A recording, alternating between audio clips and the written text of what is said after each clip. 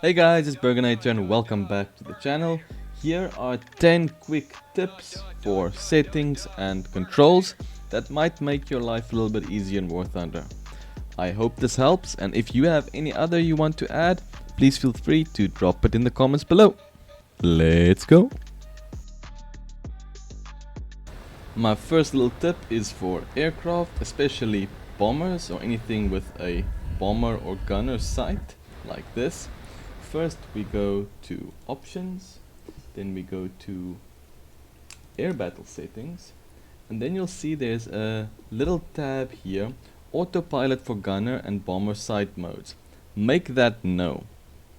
What this will allow you to do is, while you are in this gunner view, you will be able to actually fly and fly defensively while you are fighting.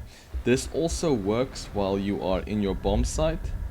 The plane will just level out, and then in your bomb site you'll still be able to control the plane better and have more maneuverability.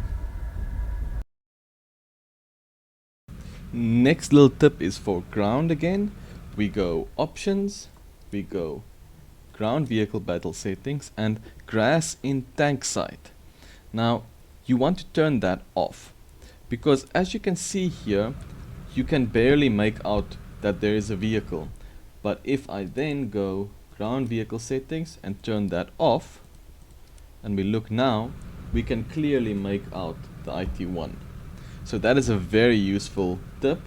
The grass will still be there in third person, will still look pretty, but in your tank sight you'll be able to spot targets a lot better. Target destroyed. For the next tip, please take note at the top left of the screen. See all the information you have there. So we're going to go options, we're going to go battle interface, and we're going to scroll here to fuel indication. Make that always, ammo, always, temperature, always. So now we have a whole lot more information here. You can see when your engine is starting to heat up, we can see our ammo more, and you can see how much fuel you have. So that is especially useful for aerialistic and that, but also very useful in ground battles if you are using CAS, which this plane just excels at. Another quick little one to make the game more, I want to say, understandable for yourself is you can go options, you go measurement units, and you can change it here if you're used to kilometers per hour, miles per hour or knots. You can change your speed accordingly and make the game more understandable for you. You can choose metric, imperial, whichever floats your goat. So yeah, that's another way. Like for me myself, I don't really understand Fahrenheit, I understand Celsius, so that's a nice metric. I know when my plane is getting hot. Another one's more preference related is we go again options, then we go chat and voice chat, and here you can turn censorship on the chat bar on and off. Then you can actually find out what the enemy team is actually calling you, which might be interesting for some and offensive for others. Enjoy. Then for those who like their privacy, we can again go options, we go to privacy and confidentiality, and you can display your real nickname in battle and menu. I see mostly content creators you do this. I do understand for like the stream sniping aspect to this. Myself, I display my real name. I like connecting with you guys. Now that we're done with the options, we get to controls. Now, one that's very important, you see the green little guy there? That means he is basically our, I want to say, partner for this match. And you can notify where targets is with that yellow. He can see that yellow, our other friendlies cannot. Now, if you're playing with friends, this is very, very useful. Marking enemies or telling them where to look.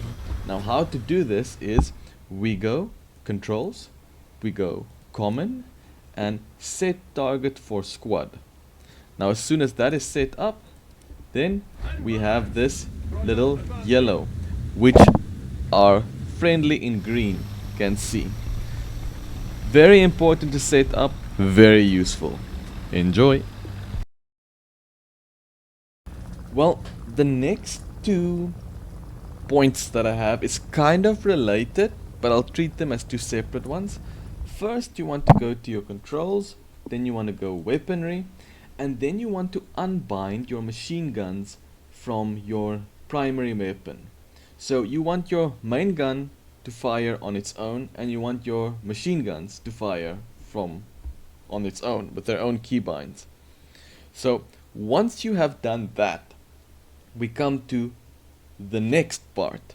So first of all, now our machine gun can fire on its own, and our main gun can fire on its own. Once we have done that, the machine gun can fire on its own, the main gun can fire on its own. Then we come back to weaponry, we type in select, then select machine gun, bind a button for that. What this will let you be able to do is, now you can see the machine gun, the turret moves as kind of one. But once you activate that, you only control the machine gun, and it no longer activates by that button you used to basically fire your machine gun. It now fires with your primary select button. So what this allows you to do is bamboozle people. For instance, if this was an enemy, they would look at your barrel and think you are looking towards that enemy. However, you can take him out. Light targets, it's quite easy then to take out. Next one might sound dumb to experienced players, but especially if you're new to the game, it could be a lot overwhelming. It took me a long while to learn all the nooks and crannies of the game. But for instance, you know how to range targets. If you, by default for me, I think it's R. So now you know how to range targets. But you can actually also set your gun to those ranges. 200 is the closest increment if I don't have a laser rangefinder. So then you don't have to lift your gun, but you can actually just set your targets towards that. Now how to do that is we go controls, we go sight distance control, and we say edit access, and increase value is to increase your range, decrease value is to decrease your range. As easy as that. So now in there we can lift the gun. On older guns it lifts, I think it always lifts in increments of 50. So yeah, very useful to have. Very useful if you are planning on ambushes. If you know where the players will come out, you can pre-range an area. 12 o'clock, range 350. 350, we can set our gun to that range, and as soon as enemies come there, we can then shoot them. As a bonus tip, I have switched fuse mode, which makes your ammo selection a lot easier, because you can take one ammo type and then just choose which fuse you want, impact or radio fuse. So if I'm engaging a ground target, I switch to impact and I just impact it. And when I am now engaging aircraft, maybe just restart this, I'm not the best with this gun, but when I am engaging aircraft and I'm switching to radio fuse, I can then engage aircraft. Will I hit him? I'm not very good with this round. Come on, die. Much later.